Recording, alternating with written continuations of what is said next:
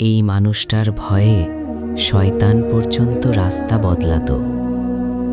তিনি ছিলেন হযরত ওমর রাদিয়াল্লাহু তাআলা আনহু।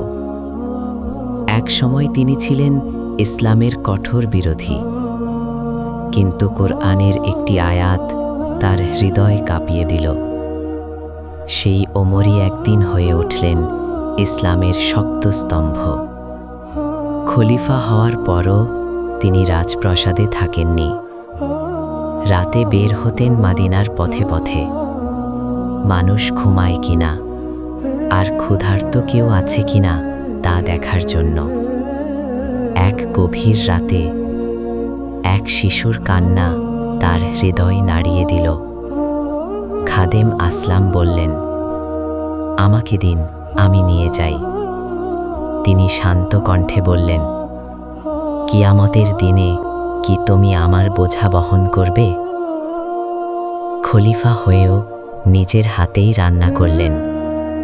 শিশুর হাসি না ফোটা পর্যন্ত সেখান থেকে সরে গেলেন না।